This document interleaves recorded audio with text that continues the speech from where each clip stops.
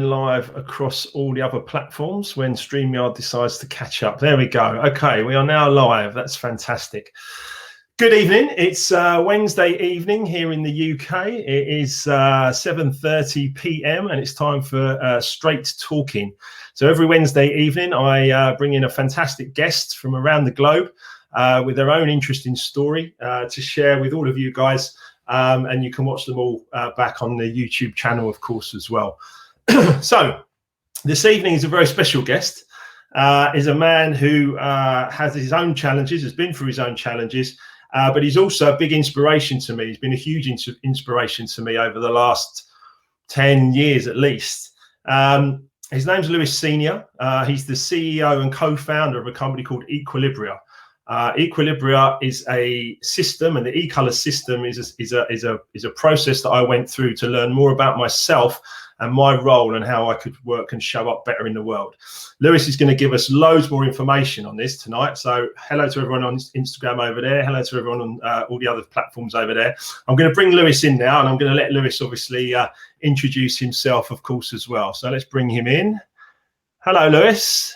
Hi, thank you for having me. That's all right. How are you? I'm good. Thank you. I'm actually talking from Spain.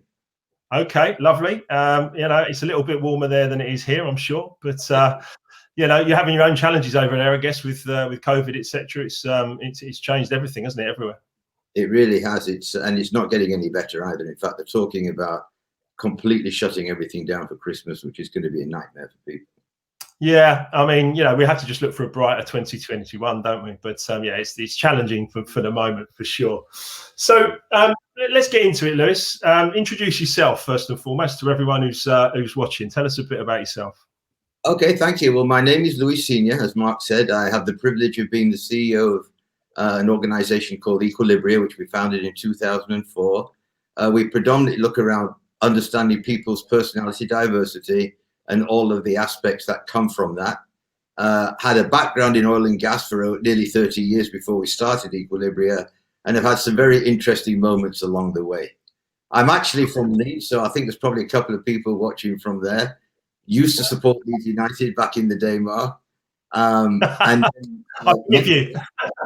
Over 40 years ago, I met my wife actually in Spain. We got married soon after that, and been in Spain ever since. When I'm not working, well, up until COVID, and I'm now working. And of course, yeah, and of course, you've worked worldwide as well. Of course, you know, so you've been all over. So we're going to cover all of that, of course.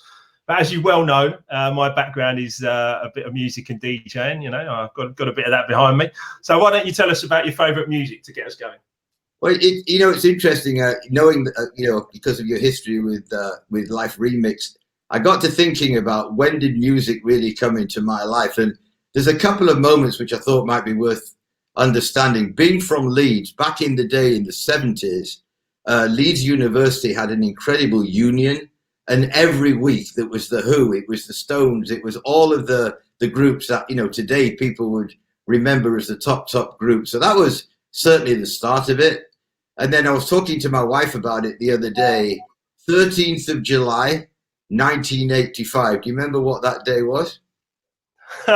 Tell me. Live Aid. Oh, of course. And my wife was actually about 9 months and a week pregnant with Laura, my daughter. And we sat watching Live Aid that day. And two groups really got my attention. One was Simple Minds and the other one was Queen. Fast forward to about 9 months ago, and Laura, my daughter, and I actually went to see Queen and Adam Lambert in Houston. And I can tell you, for 2 hours and 20 minutes, we stood and we cried. It was the most remarkable experience. So very, very much kind of come the full circle, and always looking, I really enjoy watching music today. Music is the sound of emotions, Lewis. Very much so. Yeah, it's the sound of emotions and memories, and yeah, it has real beautiful connotations in that as well. I mean, I watched Bohemian Rhapsody recently. I don't know if you've seen that film, and Rocket Man. Yeah, John, what great movies they are. Very, very good. And I have to say, you know, Adam Lambert did a phenomenal. I love what he actually did. If you get the chance, I think Brian May actually had a heart attack recently, but if there is an opportunity to go and see Queen with Adam Lambert, I would highly recommend it. And what I really like what he does very early on in the show, he says, look, I am not Freddie Mercury. He said, I am a Queen, but I'm not Freddie Mercury. But I love to sing his songs. And that's what he does. And he does a beautiful job of it, actually. Really amazing. good. Yeah, amazing. Yeah, what an act to try and follow. But yeah, we will keep an eye out for that. When we can have live events, or when we can go to live events again, Lewis, I'll keep an eye out for that. So let's talk about Equilibria and of course the E-Colors product. But before we get to that, because there's a story behind it, isn't there? I've read your book At the End of the Day with Laura, co-written with Laura. Your book made it okay for me to tell my story with Life Remixed. So I absolutely, honor and thank you for writing that book, 20 years ago, whenever it was, because it's I've read it and it made it okay for me to do what I'm doing now. So thank you for that. But tell us about it. Everyone needs to hear your story. If they haven't read the book, how did all this come about? Okay, so I have to back up, obviously, a little bit. So I worked in oil and gas for about 30 years. And towards the end of my career in oil and gas, I really started to want to understand better how so many people were getting hurt, maimed, and killed for no reason other than their own personality. And I'd been trying to work through that to better understand it, and actually got an opportunity to become the health and safety manager after years of being in operations for what turned out to be the largest drilling contractor in the world. And we had actually got, before we started to merge and acquire companies, we actually had an incredible safety record. In fact, the rigs that I used to run all over the world, they used to call the University of Safety, because we were always trying things to keep people in one piece, regardless of where they were in the world. When we started to go through the mergers and acquisitions, you can imagine bringing people in from different cultures, different ideas, different backgrounds. We actually had 7 fatalities in a very short space of time. And I'll explain a little bit about personality in the E-Colors in a while, but my E-Colors are predominantly yellow-red. So I am quite an emotional person. And I got to a point where I was desperately trying to help people to stay safe when they didn't even seem to be particularly interested in staying safe themselves. And so we got to a point where, as we were going through the mergers, part of my job was, with a group of other people, was to go around the world and try and help people understand that all of these companies coming under one roof would actually be a good idea, and was literally doing major ballrooms and conference rooms during the day with hundreds of people going through that process, and at night still being the health and safety manager. I used to smoke like a chimney, used to eat any Toblerone bars that were in the fridge in the hotel, and drink black coffee that was coming out of my ears. And all of those things would stimulate an already stimulated mind. And we were actually doing a training session in Pau one day in France, in a hotel, and it all caught up with me. So, Mark, this is the kind of defining moment for me, if you like. I was laying in the bath. I don't know if you or your listeners have ever read a book called The Celestine Prophecy, but what happened to me is described absolutely perfectly in that book. I was lying in the bath. All of a sudden, I started to feel my heart pounding. I mean, really pounding. And all of a sudden, this white light started to come towards me, which again, it's in the book. So as the white light's coming towards me, all of a sudden, I'm in a pram in the back of my garden, about 2.5 years old. And then this happened because that happened, and this happened because that happened, and this. And all of a sudden I thought, oh my God, I'm going to die. So I jumped out the bath, ran down the corridor naked, not a pretty sight, I can tell you, in the Novotel in Pau, and ran into one of the guys who worked for our company and actually was on a well control course, and his eyes were about that big. And I just crashed down on the floor. And while I was laying on the floor, I was fighting for breath. I mean, literally, it was like every breath felt like it was going to be my last breath. And this voice came into my head and said, you can have another breath if you make a promise. So I promised to spend more time with the family, because my life in oil and gas had been 28 days offshore, 28 days at home. And then when we started doing all of these sessions for bringing the companies together, I was never at home. And I started to fight for breath again. And the voice came again and said, you can have another breath if you make another promise. So I thought to myself, I promise never to have an argument again. And actually, the reality is, my wife, as you'll learn a little bit about the equal, is what we call predominantly blue-green. We've never had an argument in 40 years. She can argue on her own. She doesn't need me involved at all. I just sit there watching a tennis match. But I used to argue on behalf of the company when people are telling us this isn't going to work, that's not going to work. And then I started to fight for breath again, and the voice came back to me again and said, you can have another breath if you make another promise. And I promised to become a better listener, because at that time, I was the one doing a lot of the talking on behalf of the company. And every evening, somebody would come along and go, oh, you're a good speaker. Well, the more they told me I was a good speaker, the less listening I used to do. And finally, as I thought, I still need some more breath, the voice said, and you can have as many breaths as you like if you make one more promise. And I said to myself, I'm going to promise to find a way to help people communicate. And about that time, the ambulance arrived, because everybody thought I'd had a heart attack, as did I. And apparently they inject, I don't know what they inject, but normally you get X amount of a syringe. I think they were into 2.5 syringes when they finally knocked me out. And I woke up in a mental hospital in France 2.5 days later, with my wife standing at the end of the bed, who they had flown up from Spain. And for anybody on this podcast who speaks Spanish, she said, levántate, gilipollas, no te pasa nada, which means get up, you idiot. There's nothing wrong with you. You're just exhausted. So after some tests on my brain and everything else, we flew back home to Spain. About that time, because of all the public speaking I'd been doing, I actually had some nodules on my throat. So they decided to remove the nodules about 4 days after I got home. And as they were wheeling me into the theater, the doctor said, now don't forget, when you wake up, you cannot speak for 10 days. And my wife looked behind him and said, and you can never smoke again. I mean, that's great news for you, for somebody like me, right? So I woke up, and literally for 10 days, this is pre-iPad, pre-iPhone or whatever, I just literally lay here at home in Spain next to the pool with a whiteboard, can you please make me a cup of tea or something like that? But it really gave me an opportunity to think through my life, as you can well imagine. And Mark, I know this is where the similarities are, between you and me. And I'm yet to work out, do you really need something drastic before you decide to do something different? Well, during that period, I made my mind up to do something different. And it was quite interesting, because I flew back to Houston with the intention of telling the drilling contractor that I was actually going to be leaving immediately. And the message back in Houston is, Lewis will probably come in with a butterfly net, because, he's gone a little bit off the rails here. So my boss said, look, you don't want to leave right now. What you need to do is start coaching some of our managers around the world. And during that period, you can decide if you like coaching. And his name is Walter Cabuccio. And I have to thank him for that, because for the next 2 years, that's what I did. I went around the world and coached a lot of the managers who were technically very, very strong, but maybe not as strong on the people skills.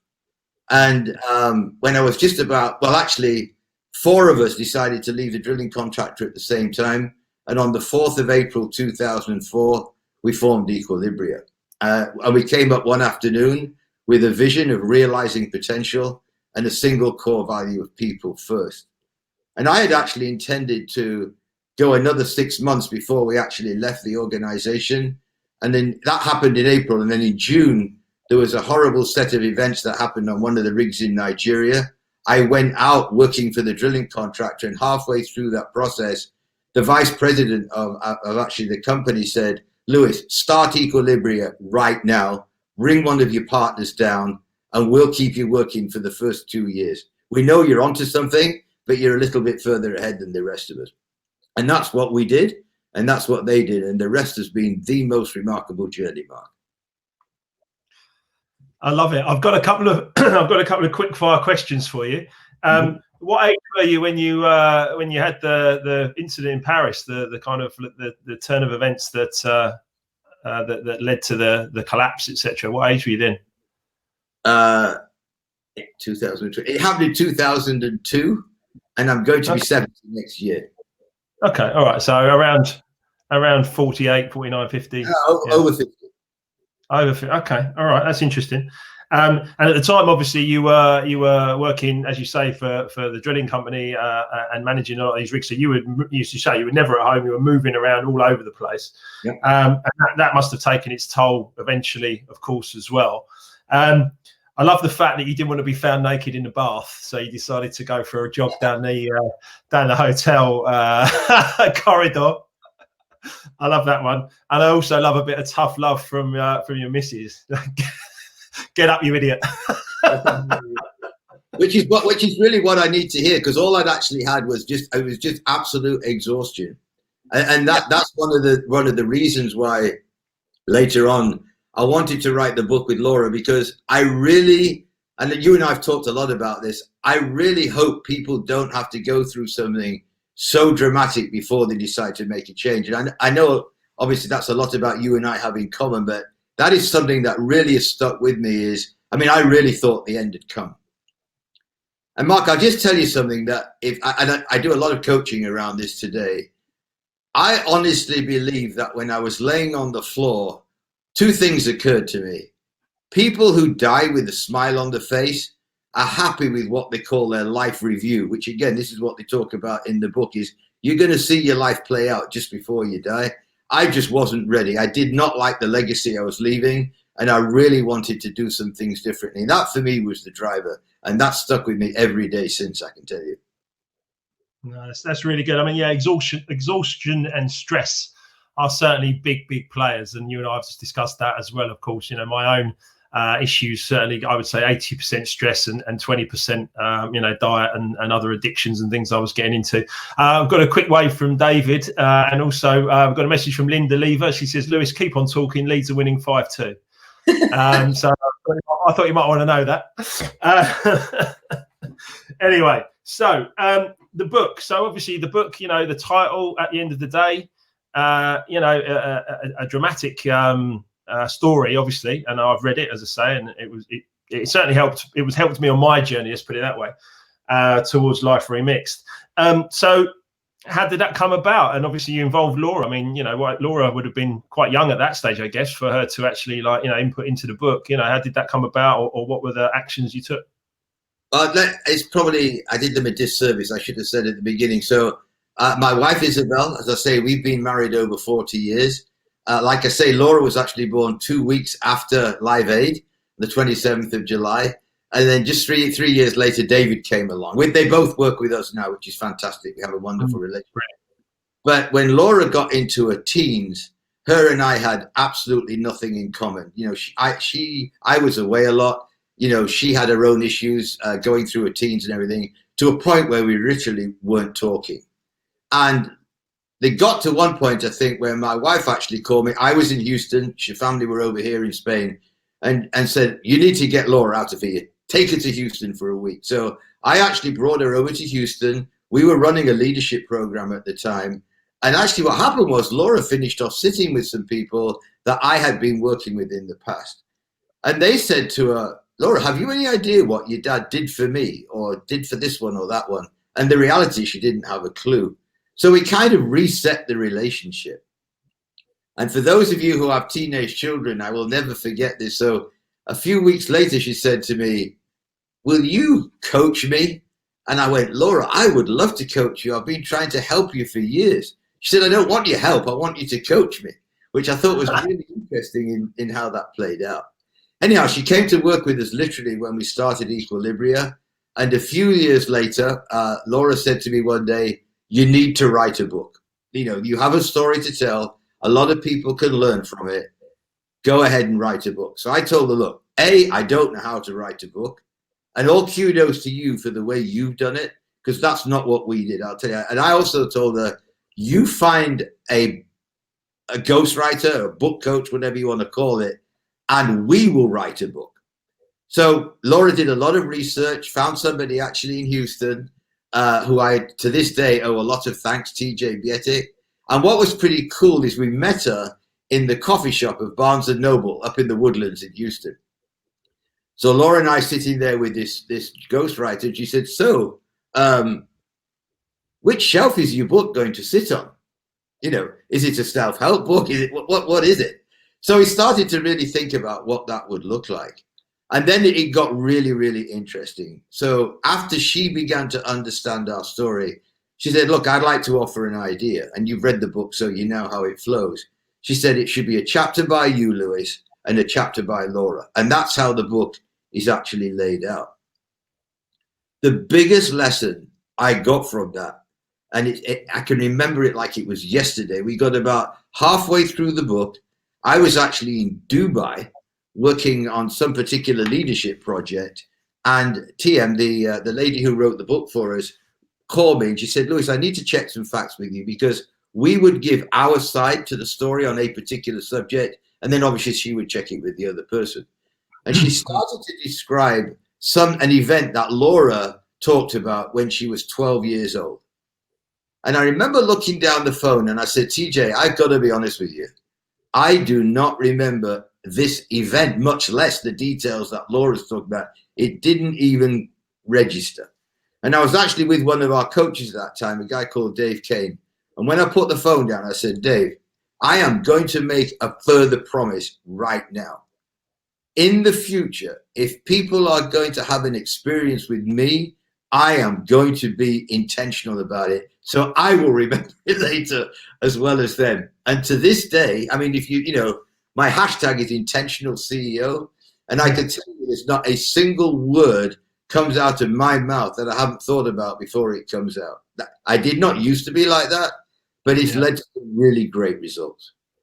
Yeah, I mean, one of my little learning things was calm down and speed up. And I think when I calmed down and learned to deal with any anxieties I had and cleared away the alcohol and some of the addictions, and then actually came into a place of calmness, my life seems to have got quicker and quicker, and there seems to be more and more amazing results happening because of the calmness.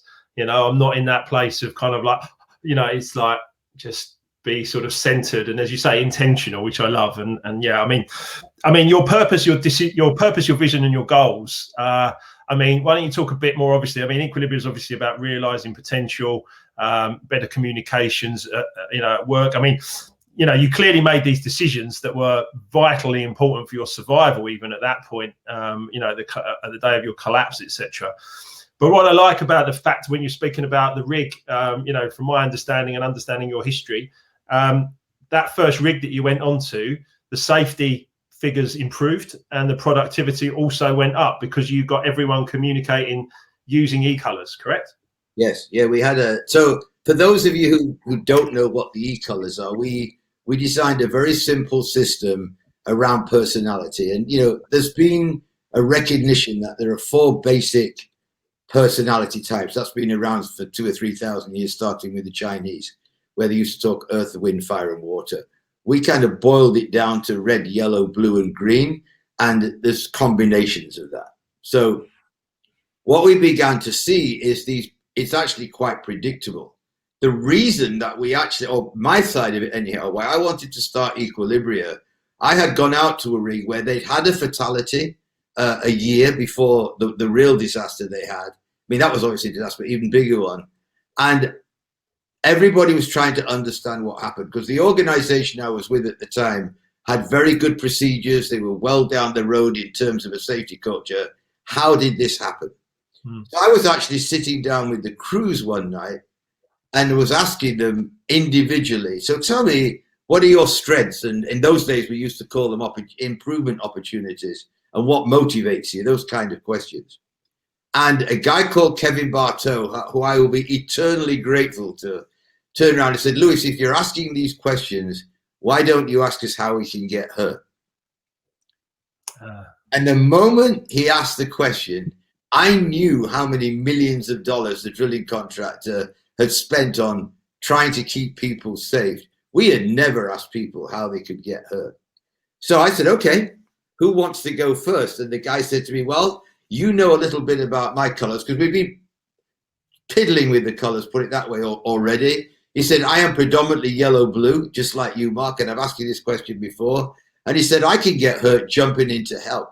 And the moment he said that, my first thought was my mother, who until very recently, at 94 years old, would spend 3 nights a week up all night answering suicide calls down in Australia, yellow blue, loves to help.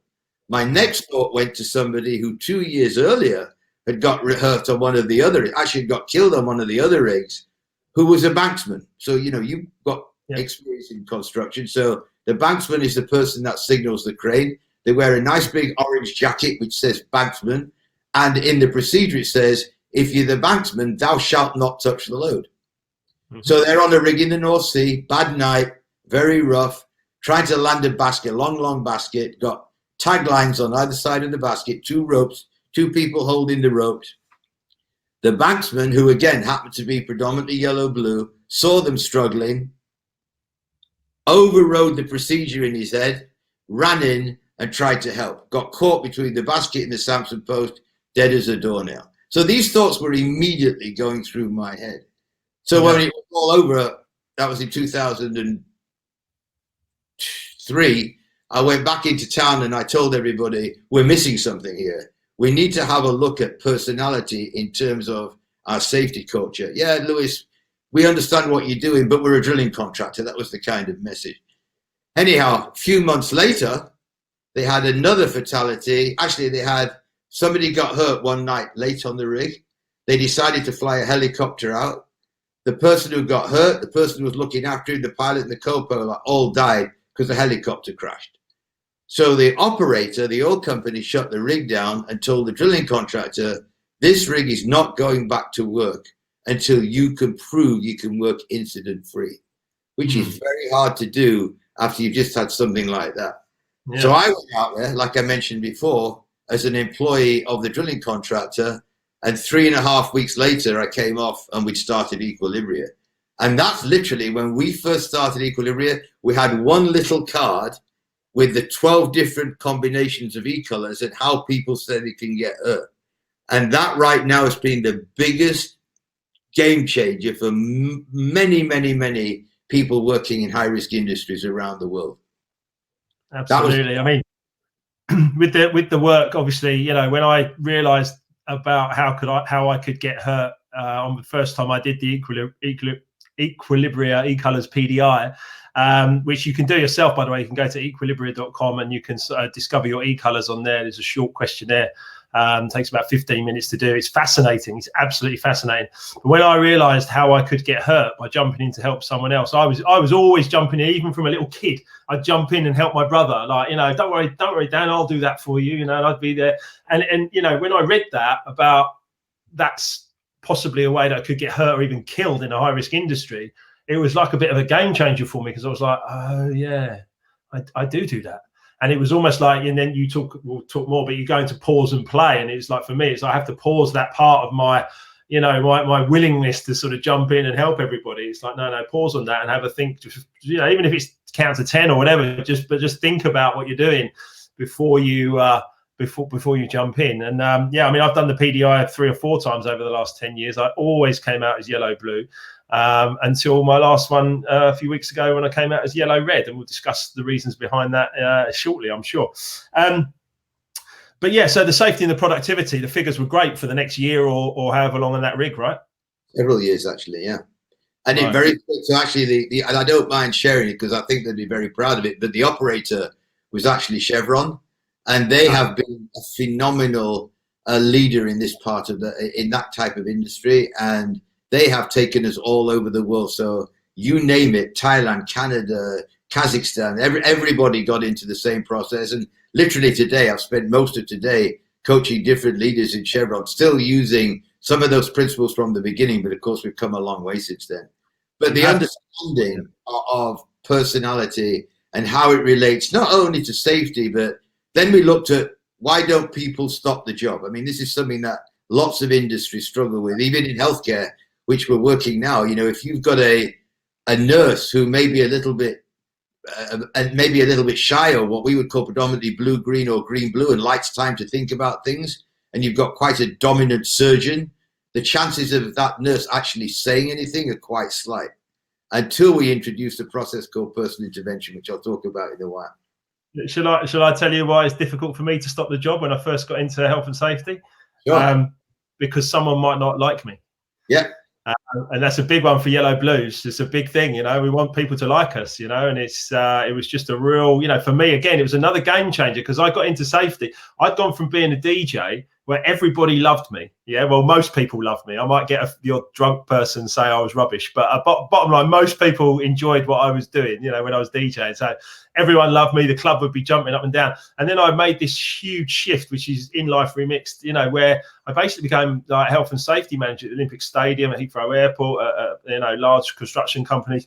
But I had to go through that process of understanding that not everyone had to like me. And so just by doing the e-colors, understanding for me that it was difficult for me to stop the job because of this reason, that was something that then I could then work on. And I know you call them potential limiters, and it's that one of my limiters was, well, I have to deal with that, because if I'm going to do this job and if I can stop someone getting really hurt, then, you know, it doesn't matter whether they like me or not, because ultimately I can help them.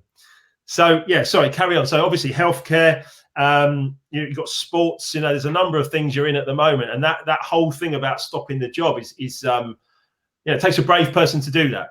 And I think it's important that everyone understands that their e-colors, you know, because we've all got a percentage of everything, haven't we? You know, and I think it's important for people to understand their e-colors, because then they can communicate better, but they can also hear other people better. I mean, that's part of the mission, right? Very much so. So if you think about it, is well, again, understanding that there's 4 basic personalities. The red in our world represents what we call the doer. That's going to be the action-oriented person. Green in people tends to be the analytical thinker, likes lots of data. The yellow tends to be the engager or the influencer, like yourself. And the blue tends to be the relator and the supporter.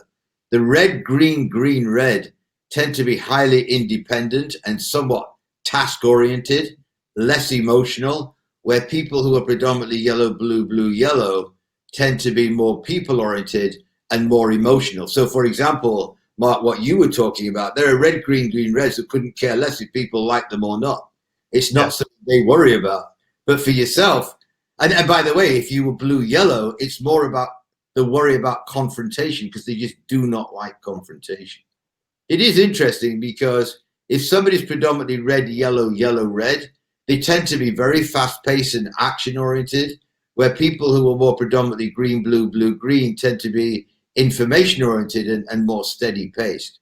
So if you think about that in trying to get a team to work together, for example, then if people don't understand those different tendencies, it just isn't going to go well. And so bringing on that all together has made a big difference. I just want to go back to stopping the job for a minute, because one of the beauties within Equilibria, what we've been able to do over the years is when people were doing what we call the free PDI, so no charge for actually finding out what their e-colors were, we just asked questions, and we would typically get 400 to 500 people a day finding out their e-colors somewhere in the world. So we could get a lot of data very quickly. When we asked what makes it difficult to stop the job, interesting enough, everybody has different reasons why they don't want to do it. So for red greens, it's because they don't like to stop the progress of whatever task is going on. For the top colored greens, it's because they may not have enough information or a better way to do it. The yellows typically will tell you, yellow reds in particular will tell you, no problem if I see it, but they're stopping the people, whereas the red, green, green, reds tend to be stopping the task. And blues, actually, top color blues don't like to do it for what I said before, because they don't like confrontation. So let me fast forward for a minute. So a few years after we got Equilibria going, we actually started in education. And actually, we've actually just amalgamated it now, but we did actually have a non-profit called E-Colors in Education. So we had the privilege of working in schools all over the world, from kids that are around 7 years old. So at 7, they would find out their e-colors, and at 9, we would introduce this, which is what we call personal intervention. So I'm predominantly yellow-red, so I have a pause button and a play button here. What I watch in schools many, many times is blue-greens who've never, ever raised their hand in class will sit there, press the play button, and raise their hand. That's the power of this. And so I want to talk, I know we're going to talk a little bit about addiction, but there's a big, big part of that comes into play here. Absolutely. Absolutely. Something you did that's quite impressive as well was we were going to go back to Deepwater Horizon in a minute, of course, and I know you said it was okay to talk about that film and stuff, but the Houston Super Bowl, you did the Super Bowl. You trained all the volunteers for the Super Bowl 2 years ago. 3 years ago now. Incredible experience. We got involved about 3 years before. I had no idea the amount of effort that goes into a city preparing for the Super Bowl. So unlike, for example, Wembley, where everybody goes to Wembley, what they do for the Super Bowl is they take it to different stadiums around the country. And so again, through Chevron, actually, and I give them full recognition for it, they asked me if I would go and meet the CEO of the Super Bowl host committee. So I actually meant to meet this lady for dinner, Sally Sargent, a wonderful human being. We were sitting in an Indian restaurant, and I said, Sally, first of all, you need to explain to me what the host committee is. I mean, I've got absolutely no idea, so start from scratch. So she starts to explain to me the role that they play in helping the city raise an enormous amount of money. That a lot of it goes to charity, actually, during this process. And I said, so why do you want to be the CEO of the host committee?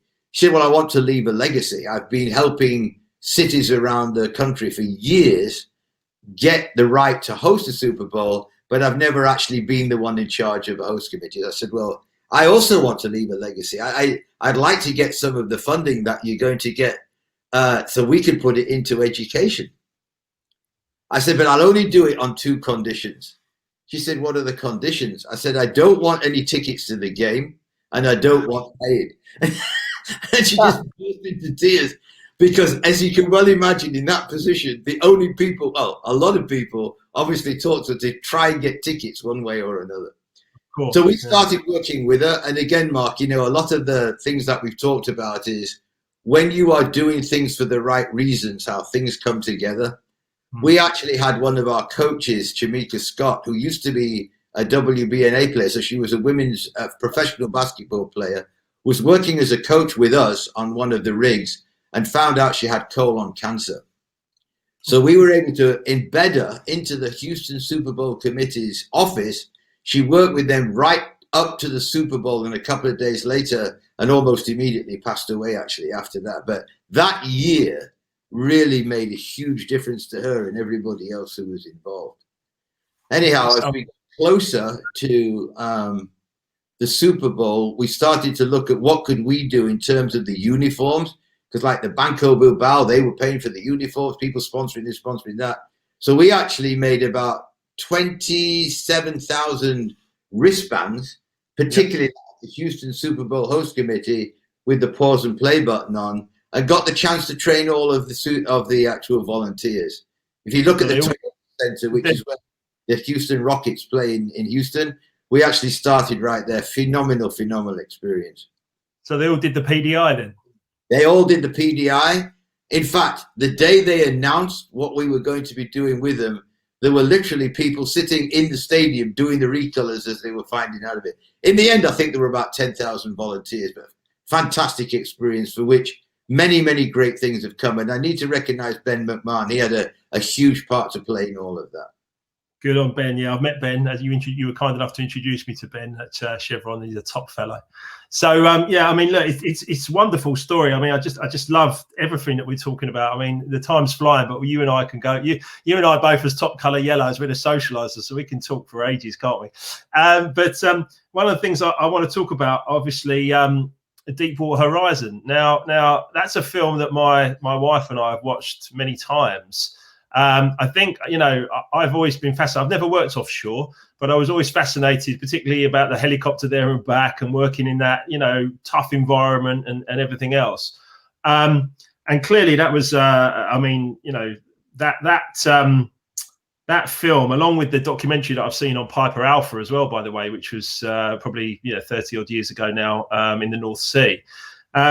Those were two things that have really, like, you know, affected my not affected my life, but certainly made me, you know, interested in health and safety, particularly offshore. You know, Now, first and foremost, I mean, you know Mr. Jimmy, right? I mean, you know the guy that played, oh, not the player, you know the real Mr. Jimmy from the Deepwater Horizon. And you told me earlier that you went to see the film. Well, I'll actually back up a little bit. Something we didn't mention. I was on a rig 6 miles away the night the Piper Alpha blew up. Wow. And we sent our boats over because every rig in the North Sea has a standby boat in case anything goes wrong. So we were actually sending people a boat over to go and pick up the people out of the water. Laura and I were actually running a session many, many years ago for Chevron, actually, with one of their drilling contractors in the North Sea. And one of the exercises we did at the beginning with people sitting in table groups is tell us something about yourself you'd never know unless we told you. And this gentleman, Steve Ray, who's now a big figure in safety in the North Sea, he said, I'll tell you something. I jumped off the Piper Alpha. I was on that. And I said to him, and you know, people talk about if you've got a life jacket on, if you jump anything higher than about 12 feet, you're going to break your neck. And he jumped way, way, way higher than that. Well, and if I interrupt you, Lewis, just ever so slightly, there's a on the documentary of Piper Alpha, I'll never forget this. There was a guy, when it was all on fire, one of the guys said he was on the heli deck. He's on the helicopter deck, and he literally looked over the side and was like, well, you know, my feet are burning. And he said, but I'll never forget this. He said the moment he jumped, he just went, what have I done? And then obviously, you know, and I remember watching that documentary, and then I watched Deepwater Horizon, the film, and there's a guy doing exactly the same. Yeah. I mean, dramatic. I mean, you know, shocking. It is around. So Piper Alpha, I tell you, it changed the industry a lot in terms of it's when safety management systems came into place and a lot of other things. The Horizon. So I used to work for Transocean, which is the company that owned the Deepwater Horizon. I'd actually done a lot of the team building sessions on there when the rig first came over from Korea. One of the guys who got killed, I knew very well. He actually used to work with me when I was the HSE manager. And I tell you what hit me. I mean, you can imagine the emotion. I actually went to watch the film with Rob Fisher, who's our partner in the error reduction side of our business, which you know. And Rob and I were sitting there, and I don't mind telling you, I cried my eyes out. And I remember the first time I cried, it's because the actors who played the people who got killed were spitting images of the actual real people. So I will tell you, Dewey Rivette, who's the guy that I knew very well, who was the driller, who was predominantly red-blue and was a procedure follower to the letter. And I've still got that in my head of why they didn't do some of the things they could have done. Well, we'll talk about that in a minute. There's a good reason. But at the end of the day, when I saw the actor who was playing him, it just caught me cold. And I just remember Rob said, what's wrong? I said, it's him. It's actually him. And then, of course, the film played out, and it was absolutely horrendous for lots and lots of reasons, as you can well imagine. Well, the point is that I have watched that film many times, and it took one of your colleagues, I was chatting with the other day, Ian Collins. It took Ian to tell me that they've actually got the yellow, the colour stickers on some of their safety, their hard hats, actually on the rig in the film. So I've now got the DVD, and I shall be watching that again this Christmas, looking for that. Yeah. But I mean, I hope you don't mind me saying. Obviously, you told me earlier that you hadn't really been involved for some time there. But there's so much about that film about personalities. Now, we're not going to talk about companies or anything like that, but just personalities about how I can get hurt or why I don't want to stop the job. I know it's Hollywood. And I know it's not all like based on absolute fact, but just the personality, the psychology, the play out of what actually was going on that day. I mean, Mr. Jimmy getting his safety award, followed by that horrific. I understand that was true, and that actually happening on the night of the accident itself. I mean, what other things would you like to say about that, just to sort of give us an overview? Well, if anybody's been following my posts recently, I've been kind of telling the story, because what happened was a couple of weeks ago, somebody sent me a picture of the logo that people have on the coveralls with Transocean, which is Start to Be Accountable, which is something that we started many years ago. And when we were first introducing the idea of personality, what the actual sticker says on Mark Wahlberg's helmet is "Start to Understand Me," with a red spot and a green spot. And that was kind of the very early days of what we were trying to get across to people. But we had a lot of success with it, but nowhere near where I thought it could go. But I will tell you that what I have told people, and we do a lot of coaching in oil and gas today, I tell every leader, if you've got people in the position that John Malkovich played, they need to see this film. Because I don't know all of the details, but the reality is, the golden rule of business is he who has the gold rules. And in that world, the oil companies have the gold, and the contractors are the ones who, do what they're told, basically. I mean, that's top and bottom of it. And so you got Malkovich playing somebody who had very clear ideas about what was going on, and you saw the result. Yes, that's right. Yeah, and it's a tough watch, of course, and particularly for yourself and anyone else who was affected by it, and people that know people that were there. So yeah, I mean, thank you for sharing that. I mean, that is important, and I think that there's always lessons to be learned, isn't there, from any accident, any incident, or indeed any serious, incident in your own life. We're talking earlier about, you having your collapse, me having my collapse. There's lessons to be learned, isn't there? And you just got to make sure you're listening. Absolutely. And so I think, actually after you, Mark and I, we talked, didn't we, a few weeks ago, and I actually posted on every channel that I could, does it take, a real massive something happening in your life before you decide to do something different? Because it's a pity if it does, put it that way. I do believe that when I talk to most people who've either been through, it could be a horrendous car accident. I mean, there's lots of different ways that people get a wake-up call, but they typically will do something different and become a lot more determined to do that than they ever were before. And Mark, I don't know if we're going to talk about it, but I really do want to mention it, because I think one of the things that jumps out at me is when we introduce personal intervention, when we introduce these wristbands, we really did not know what we were onto. Today, I will tell you that you can learn about e-colors, you can be as self-aware as you like, but it's only when you put it into action is anything actually going to change. And this little wristband really kind of sets it off. When we got into education, unbeknown to me, one of the school systems we were working with actually had the educational contract for about 9 residential treatment centers around Houston. And I honestly didn't even know what a residential treatment center was. But I went to run a session one day, and instead of the 20-odd teachers I thought were going to be there were probably about 150 teachers. So I asked the lady who was running, I said, who are all these people? Oh, they're all from the residential treatment center. I said, well, what's a residential treatment center? She said, oh, this is where the recovering alcoholics and drug addicts between the ages of 11 and 16 go. And I'm going, what? She said, yeah, and we've taken your e-colors into every one of them. Are you okay with that? I go, yeah, I'm fine with it, but it would, how is it working? She said, well, are you prepared to come into a residential treatment center and meet some of the kids? Because every one of them was in there through the judicial system at some point or another.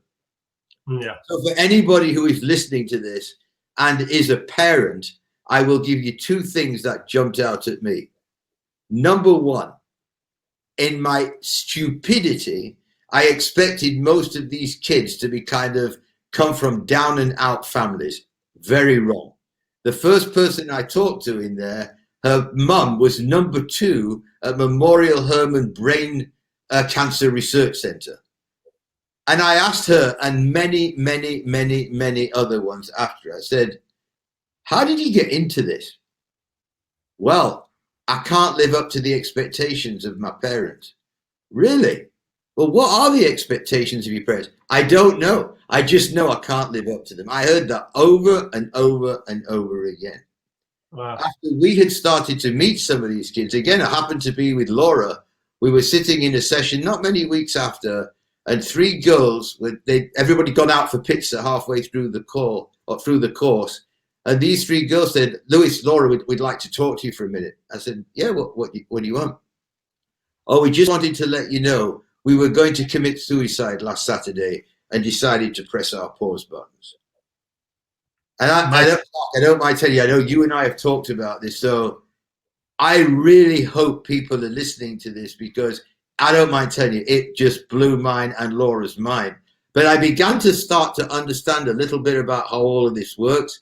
And it's really around self-awareness and then having a tool which gives you that bridge to be able to do something about it. So I really appreciate how your story around addiction, you know, we talked about it even before the show, but it's something I'd really encourage people to be thinking about, is that, of course, when people are in some kind of rehabilitation center, they may not be getting much education, but they're getting lots of self-awareness, lots of it.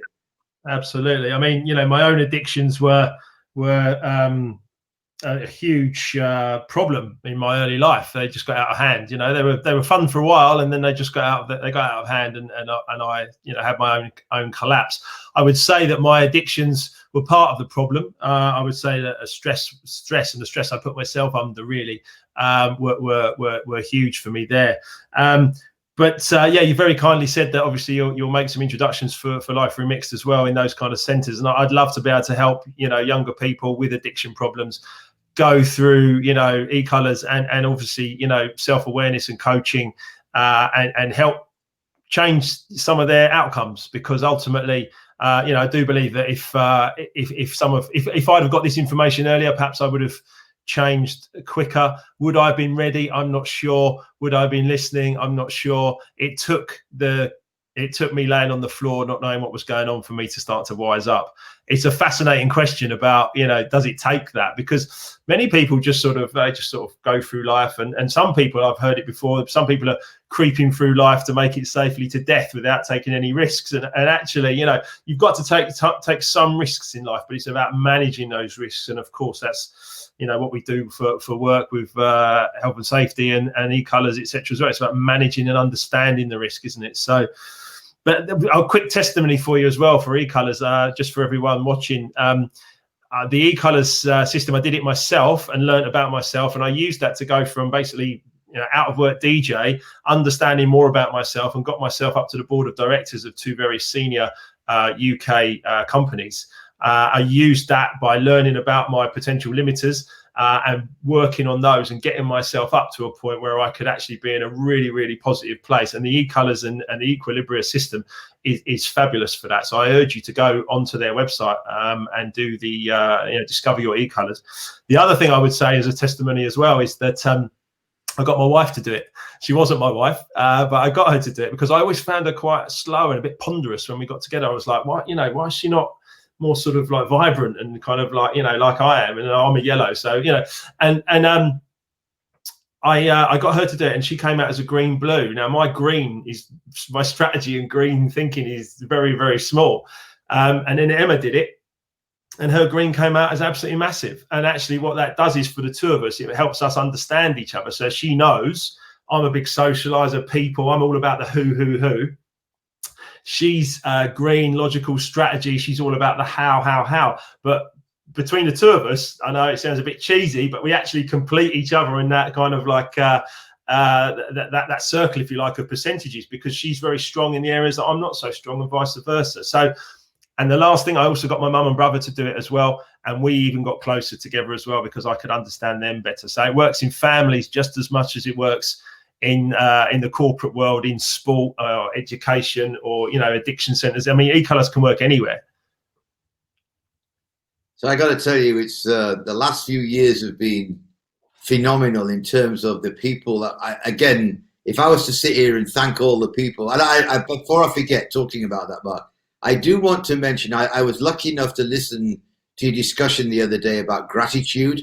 Which is something that I am continually doing. If there's anybody listening to this and they know me, they know I'm continually thanking them because I think it's just the most phenomenal thing to be able to let people know. And I never want to kind of leave it too late, for want of a better way of putting it, because you never know what's around the corner. Our good friend Garrett Jones, who I've introduced you to, and I'm sure will help, you know, he'll bring part of the NFL to you. He always says, you're not even promised the next minute. And that's reality. So having said that, I think the idea of we've been really, really blessed over the last few years in people who have supported us in many, many ways. They will see what we do. I will tell you that every coach who ever joined us, most of them saw our people working somewhere and went, I have to do that. I have to be part of that process. And people who just have seen what we do along the way, many, many to name today, is what taken us into other areas. So we got into sport in a big way, thanks to Cammy Craig, actually, first with Ben McMahon, and then with Cammy Craig, who happened to be, she played water polo for the US Olympic team, got 2 golds and a silver. She introduced us to Lynn Kaczmarek, where we've taken off with sport. She introduced us to Jeff Feltzer, who you've already spoken to. He's taking us into healthcare in a way that we had never dreamed of. And the story just goes on. And I just want to let people know, and I wanted to have this opportunity. I was telling you before, I'm going to be 70 next year, and next year is going to be the hardest I'm ever going to work to make sure more people know about this. So any way that you can help us to spread the word, I'm all in. Well, is it work when you enjoy it? Number one, Lewis, and the second point, of course, I remember saying to you a few months ago. I said, look, I'm going to mention Equilibria in the book, and is that okay? Because there's stuff in here about addiction and everything else that I got up to when I was younger. Is that all right? And you basically just said to me, like, Mark, so, of course it's all right. I want you to tell the story. I want you to tell the truth, because the way you've bounced back and the way you've become the man you are today is something that, I'm very proud or pleased to have associated with Equilibria. And I was really grateful for that comment again. I'm massively grateful to you for everything you've done, certainly, and influencing me over the last 10 years. I mean, one of the things you do is you keep people safe, obviously. You've got a huge passion for people, which I love. You bring a lot of joy to people. And one of the things I would say about just this interview and everything else we talk about is that man becomes what he thinks about. And when I say man, I mean people. People become what they think about. And we have to acknowledge the fact that perhaps when we were younger, we weren't doing things necessarily brilliantly. And then we had to make that change. It's almost like nature's handbrake, like, right, stop, try a different way. Bob Proctor said to me, your way isn't working, try mine. And I was like, yeah, okay. So, I think it's really important to appreciate that. And obviously, I'm over the moon that you've agreed to write part of the foreword to Life Remixed. Really, really grateful to that, to you for that. I'm looking forward to sending you a copy to read, of course. But just having your accreditation to it, your testimonial to it, and your understanding of my journey for the last 10 years, as you've watched from afar, really. We've met a few times, we've bumped into each other at Heathrow and sat down, had lunches and stuff like that. But that kind of journey of intertwined, but watching each other. And you mentioned earlier that you've seen me, obviously, with the knee operations and stuff like that. I mean, I appreciate all your support. Well, it's an absolute privilege. And again, I know Linda just made a comment before. So for those of you in Leeds, I apologize. There's a lot to apologize for, which is another story altogether. But it has given me the opportunity to really take another view of life. And frankly, there's a few things you'd asked me the other day about what are some things that I'm absolutely clear on. And I think that might be worth passing on, especially with COVID, Mark, and everything else that's going on. So when people say to me, what's the best advice that you can give somebody so they can remix their lives? There's a few things that I'd just like to share. And again, it's up to anybody if they decide to take them on. But number one is to be intentional and be absolutely intentional with everything you do. That is absolutely clear to me. Number two, and I actually saw this in a film many, many years ago where the message came home to me clearly. There could be people from a myriad of religions watching this right now, or will watch it when you put it out. I heard somewhere in this film somebody explaining to somebody that just imagine that when you are born with X amount of heartbeats. So you receive your allotted amount of heartbeats. And like it or not, once that last heartbeat is there, that's it. I will tell you, and for those of you in Leeds can vouch for it, I wasted a lot of heartbeats when I was in my late teens and 20s. Me too, Lewis. Me too. And actually, I wasted a lot of heartbeats, Mark, when I was in the safety world, trying to help people who didn't want my help. A lot of them. But since I made my mind up after Poe, I will tell you I've not wasted one heartbeat. And I can go to the grave with that. So when I do die, I will die with a smile on my face. And if it happens immediately after this program, my wife won't be very happy and a few other people, but at least I will go knowing I've done what I could. Do you know what, Lewis? That's important, because I just jump in there. Making that peace with that, outcome, which is going to happen to all of us eventually. But making that peace, actually, it means that there's a great line in the Shawshank Redemption: "Get busy living or get busy dying." And I know that wasting the heartbeats is basically, a negative way, if you like, of living. And actually, when you make your peace with the fact that you've only got one life and you need to go for it and make it good, then you really get busy living, don't you? And I think that's a beautiful thing, and that's what you're doing. So please continue. No, absolutely. So I then have to start analyzing the green in me. How do you do that? And again, I get people challenging me all the time, but I do not allow myself to get frustrated, disappointed, angry. Any of those emotions don't come in. Now, they used to, again, in the days, for example, there's a piece in the book when I was with Laura one day in Las Palmas running a session where she was getting very upset because somebody wasn't taking on board what we were talking about from a safety perspective. And she came over to me and said, "I know that our vision is realizing potential, but that guy has got no potential to realize." And I said, "Laura, maybe it's just not his moment today, But by that time, I'd made my mind up. Things like that were not going to bother me. And so think about everything that's gone on in the last year, and in our business, which a lot of it was oil and gas. We had the oil price drop at the back end of 2019. Then we had COVID. We have lost numerous coaches, as you can well imagine. We've had to completely rework our business model. But anybody will tell you, we've got an AGM shareholder meeting tomorrow morning at 8 o'clock. They're not going to hear any frustration from me because it doesn't do any good. Right. And so I think if I'm not going to allow myself to lose any heartbeat, I have to keep all of that in mind. And I got one more thing I want to just say. Yeah, go for it. Mark, let me ask you a question. Who's the most important person in your life? That's a great question. In all honesty, I wouldn't have answered like this probably 20 years ago. But the most important person to keep happy, healthy, and wealthy is me. Exactly.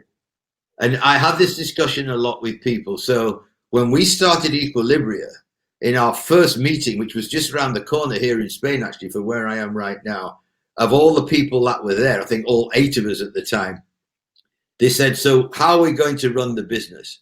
And we said, "This is what we're going to do. Number one, you look after yourself. Because if you can't look after yourself, how are you going to look after anybody else? Number two, you look after your family.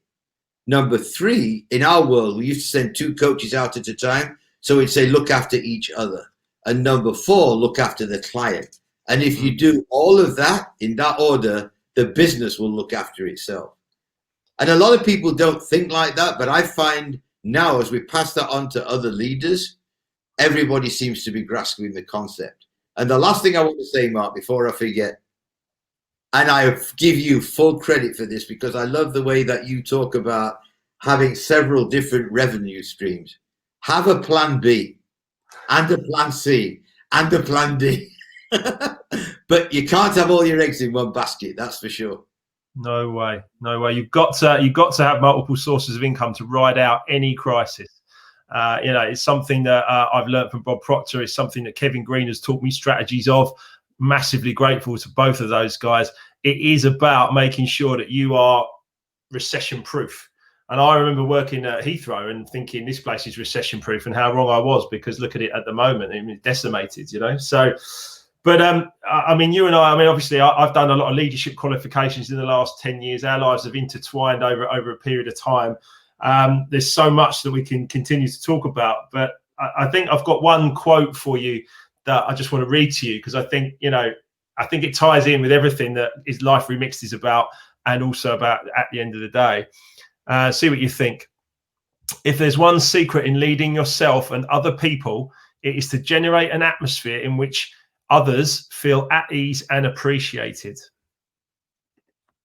And I would fully endorse that. And you know, it's interesting. I was actually coaching an Indian gentleman the other day, very high up in one of the organizations I work with. And he actually said to me is, how come we've only been working together for a while, but I feel like I've known you my entire life? I said, because the only thing I've thought about since we started this conversation is you. and I tell you, that's not how I used to operate. I used to have 8 million things going through my head. But again, since I became intentional, actually, and that's another thing. And again, I don't know why this happened. I used to sleep about 3 hours a night, back before 2002. And I'd be up, I'd be thinking about this, an idea. After I came out of the 10 days thinking about things, my wife bought me 2 down pillows, which I take everywhere. Everybody laughs at me, but I take them everywhere in the world with me, including on the plane. And I get 7 hours sleep a night, solid, wherever I am. And I think about one thing at a time. So Mark, I want to tell you, thank you, because you've given me an opportunity to share some stuff today that I've been wanting to do for a while. And I'm telling you, we're taking it up to the next level next year. And I appreciate it. I think in 2021, I mean, I think right now we're just warming up. I heard 2020 described as a year to be grateful for what you've got. And just be grateful that, you know, you've got food, clothing and shelter, you've got basic human needs, you've got your health, you know, just be grateful for these things, you know, be grateful for the fact that the economy is still turning to some degree. Just be grateful for that. And in 2021 and 22, we can get back to our hopes, our ambitions, our dreams, and our larger purpose, vision and goals.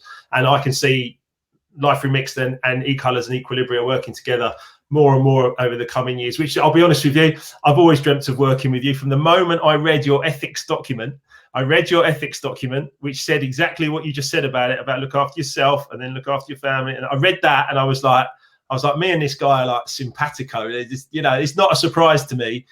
Man becomes what he thinks about. It's not a surprise to me that I'm sitting here talking with you tonight and that we're becoming friends as well as business partners and you know, and supporting one another in our mission and our journey. So, you know, I absolutely love that, Lewis. I mean, like I said, I could talk for hours with you, but I think we at some point we have to stop.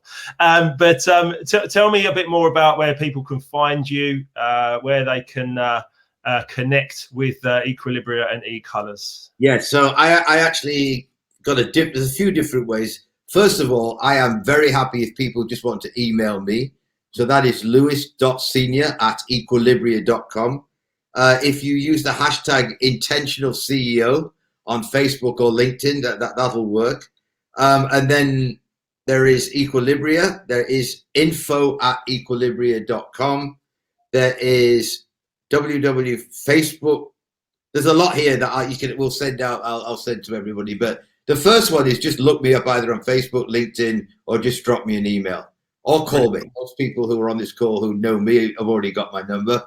But I really hope, Mark, that we can impact a heck of a lot more people in your part of the world, because I think there's a lot to be gained from what we're doing together. I agree. I mean, like I said to you again, I'm just going to say it one more time. You write in your book all those years ago, like nearly 20 years ago, but you write in your book and then me reading it about 10 years ago, I'm reading this story about this guy who's had this like huge collapse because he's overworked and overstressed, and it's just life's got very, very difficult. And just reading your book, I was like, I need to talk to this guy. I need to find a way to connect with him. I need to speak to him. And you're very generous there by giving your emails and stuff like that. I love that. You know, I remember reaching out to you, and I just remember our conversation just developing over a period of time. And here we are 8 years later, 7, 8 years later. And you know, we're working together. You're writing a forward to Life Remixed itself, which, yes, massively grateful for, mate. Massively grateful. And I actually got into trouble yesterday because at the end of a big session we were running in the States, I went, "Happy Christmas," and Laura goes, "You can't say that anymore." So it's an interesting world that we live in, I can tell you. You can just say it to me, Lewis. I'm fine with it. I don't overthink too many things, as you know. I'm not a green. I'm not a logical thinker very much. I'm all about the who. I'm all about people. You know, and I'm quite. Whatever you believe in may work for you. And I will tell you this: for a lot of the people that we're working with, they are ready for a break, and I'm sure it's the same for a lot of people who are on this course. So do make the most of the holiday period coming up. And again, look forward to seeing everybody next year who we get to know. Mark, thank you for having me. It's much appreciated. Lewis, listen, it's been amazing. Like I said, you're a fascinating guy. I can't wait to read your Forward to Life remixed. I'm sure lots of other people will want to read that as well. Listen, I've got nothing but love and respect for you, mate. So thank you very much. And Emma just says, happy Christmas to you, Lewis. Thank you. Listen, mate, thanks so much. Thank you. My pleasure. All the best.